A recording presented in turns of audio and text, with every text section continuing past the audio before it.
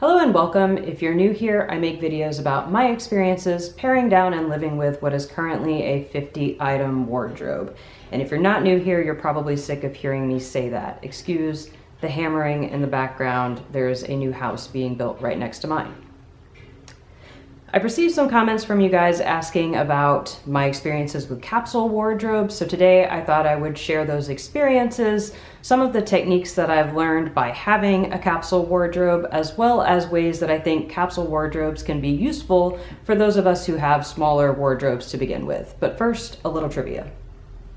I've mentioned before that I've had minimal leaning tendencies for a long time, like 15 years, a long time. So when I went off to college, it was really important to me that I bring all of my possessions with me. I really didn't like the idea of having only some possessions with me and some back home in another state. And so I got rid of most of my possessions and I made everything that I owned at the time fit into one large suitcase. I still have that exact same suitcase, so I'll insert a clip of it here. But when I say that I made all of my possessions fit into it, I mean everything that I owned, including my computer at the time, which was not some dinky laptop. It was this big honkin', like all-in-one heavy bulky monitor. And that took up at least half the space in the suitcase. But part of the way I was able to make all of my possessions fit in there is that at the time, all I wore were white t-shirts and jeans. I think I had a sweater and a coat as well. So my roommate in college loved me because she got to have the entire closet to herself.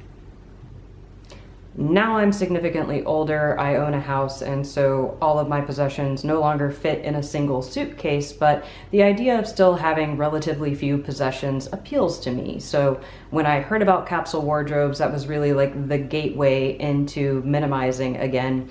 I started reading about the KonMari method and other techniques that I've used to simplify my possessions, not just my wardrobe, but back to capsule wardrobes.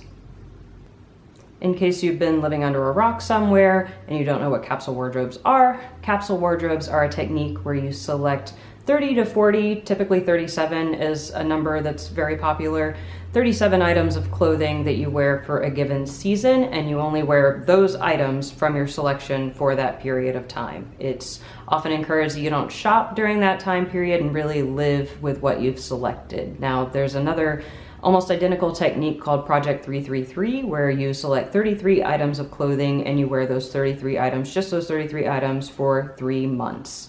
Now, where did this 33, 37 items of clothing come from? Well, there's a statistic that in the 1920s, women on average, probably in the United States, owned 37 items of clothing. And so it's a sort of hearkening back to simpler times before clothing was really commercialized and exploded into what we have today.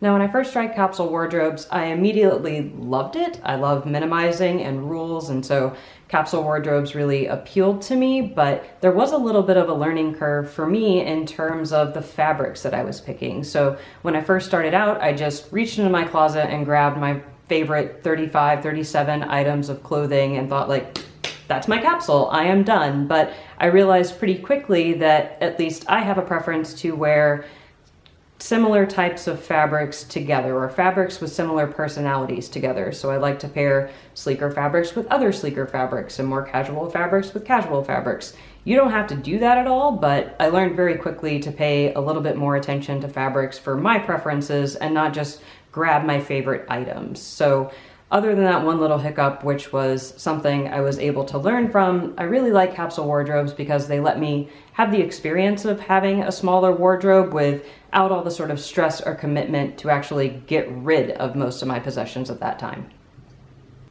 Capsule wardrobes also taught me to be a bit more decisive. I remember building a couple of capsule wardrobes where I intentionally included articles of clothing that I wasn't getting a lot of use out of because I wanted to force myself to wear those items so I could really evaluate them.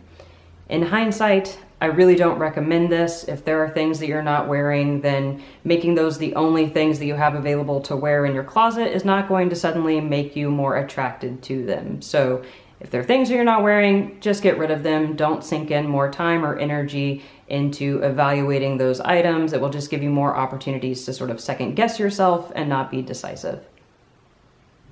Now, before 2 or 3 months ago, whenever I dramatically downsized my wardrobe to the 50 items that I have today, I'd been living with capsule wardrobes for probably about a year on and off. And another thing that I learned during that time is that I really value being able to see everything that I own at a glance, or at least have everything, all of my articles of clothing stored together. So whenever I had capsule wardrobes and I had more clothing to store that was not a part of my current capsule wardrobe, I've mentioned this before, but my closet, you can really only see what's right in the middle of my closet because I have this reach-in closet with these blind corners. And so I didn't really have a place to store clothing that was not a part of my capsule. And so what I would do is push clothing that was not a part of my capsule into those blind corners so it was out of view.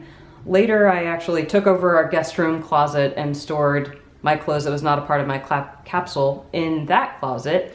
And I really didn't like having my clothes scattered around the house. So it was beneficial for me to learn that that's something I value. I also got to try capsule wardrobes, again, like I said, for about a year. And so I was able to prove to myself in that time that I could live and sustain myself with a significantly smaller wardrobe. And so that helped me to take the plunge, and now all of my clothing lives in the same space.